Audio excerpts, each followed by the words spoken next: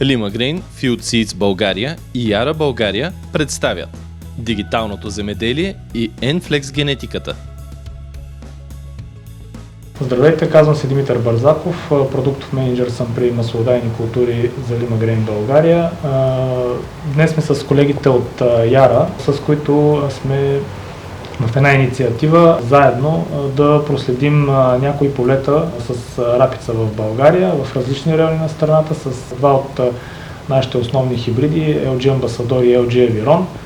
Проследяваме развитието на посевите с рапица в село Лозарево, област Бургас.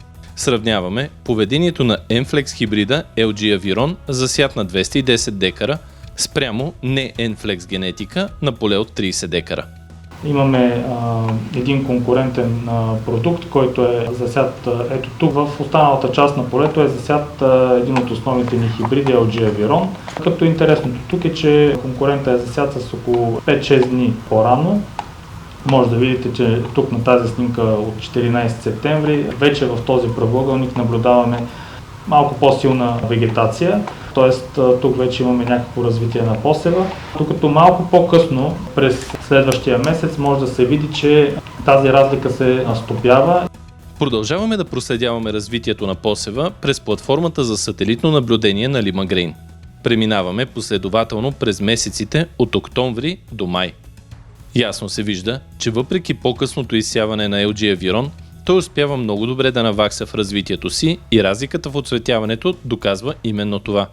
LG Aviron поддържа индекс на биомасата, който категорично е по-близо до максималните стойности на полето спрямо не Enflex хибрида. Здравейте, казвам се Жани и съм софтуерен инженер в Яра.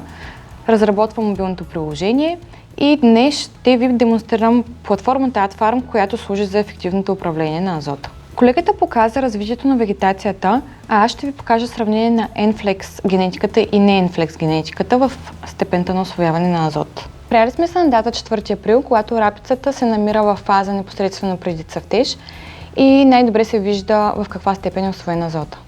При Enflex хибрида Aviron отчитаме 289 кг азот на хектар спрямо другия хибрид, който е 190 кг азот на хектар. Всеки цвят отговаря на различно количество усвоен азот, който може да се види тук на тази скала. Тук на тази карта на оптимизирания индекс разликата в биомасата също е видима и хибрида Enflex изглежда много по-добре от конкурента, въпреки че са отглеждани при едни и същи условия.